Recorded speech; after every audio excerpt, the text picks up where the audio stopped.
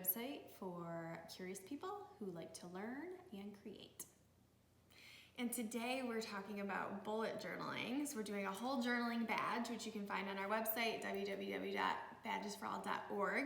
And we wanted to focus on bullet journaling because it's the type of journaling I do the most. So I open my bullet journal every single day. I've been doing it for 3 years. I pulled out my 3 years of bullet journals here. In 2018, we were listening to the Happier podcast with Gretchen Rubin and Liz Kraft, her sister, and they talked about doing 18 for 2018. So fast forward, now we're in 20 for 2020. So 20 things you want to do in 2020, and they're supposed to be things that make you happy, right? That's part of it. Right.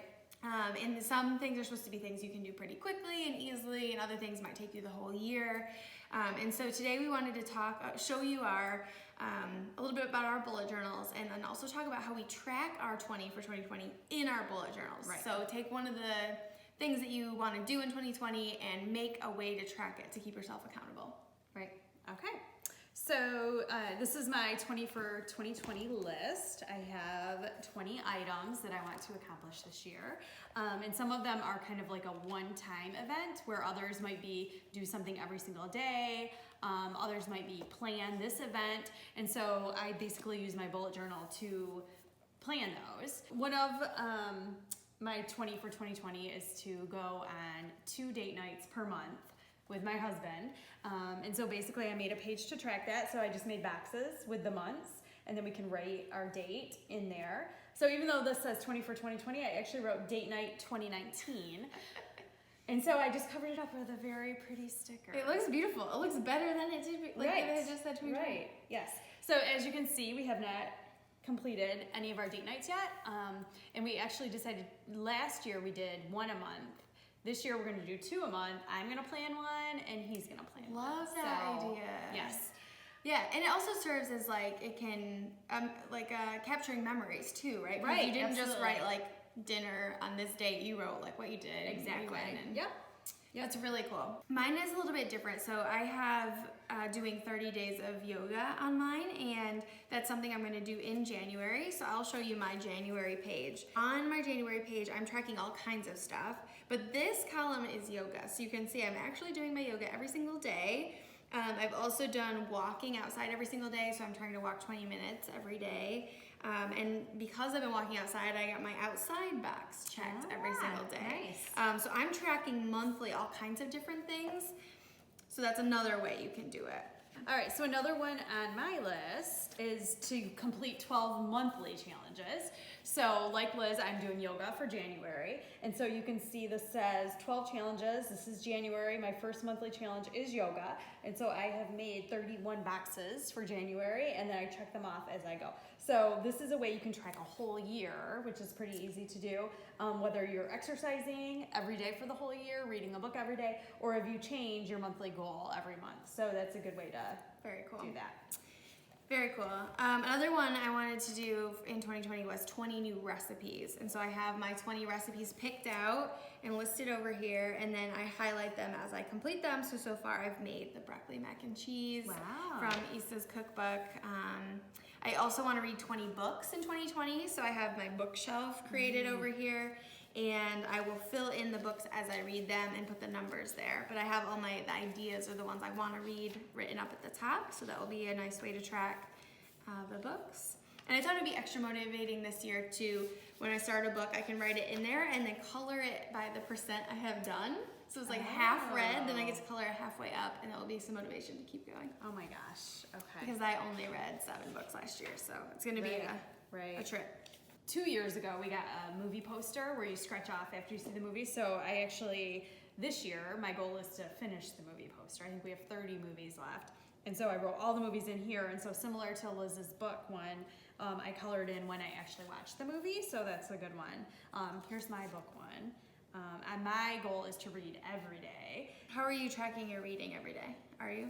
Yes, so I do a similar thing that Liz does. So every month I have a tracker, very similar to hers. So the things I'm tracking are exercising, reading, working on Badges for All or Mid-Michigan Veg, watching the movies that I'm supposed to be watching, going outside, and then also doing yoga. Nice. Yeah. Awesome. Do you want to say some of our 20 for 2020? Sure. Okay. Oh my gosh. We did try to pick some in common. I think we did, because it's fun to do these with friends for sure. Right. Okay. One thing I've always wanted to do and have not done is to start or join a book club. So hopefully I can drag Liz with me to do that. If you're watching and you want to join a book club with Katie, let us know. I actually do, so like the Happier podcast, they do a book club, and I've been reading the books that they pick, which are very good. So Nice. yeah. Yeah, I have volunteer. I also have to see our brother. So our brother lives in New York City, so it's hard to sometimes get out there to see him. So that's on mine. So like I mentioned before, finish the movie poster that was on my list from last year that I didn't finish. But here's one that's easy that I could probably complete in a day or two. Paint the table in my foyer. That's something that has been on my monthly list, and now I'm like, I've got to get it done. So that's something on my list. I have a similar refinish my dining table, which was on my list last year, did not get done. So Good.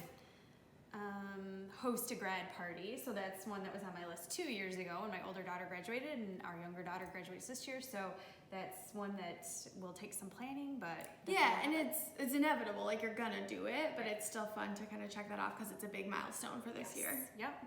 Yeah, so we have a good mix, I think, of things that we know we're gonna do versus things that are kind of a little bit of a reach to get done.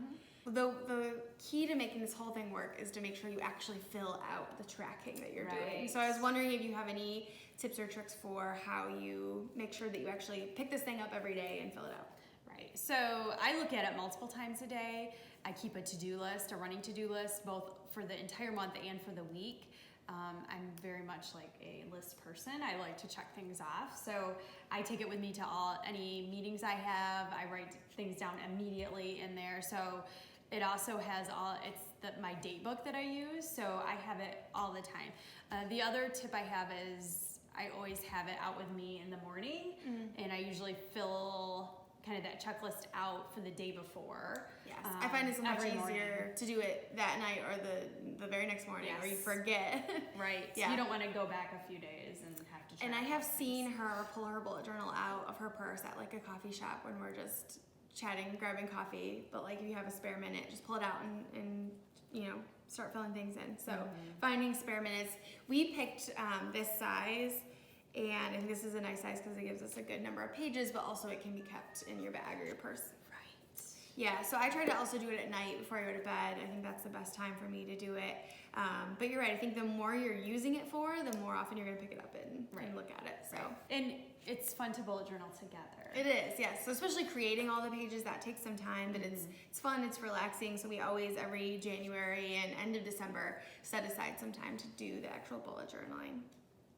Setting it up. Right. And it's I think something all ages do. My younger daughter is really into it. She likes to do a lot of art spreads, goes on Pinterest. You can Google any kind of like monthly spread tracker or book reading tracker, anything like that.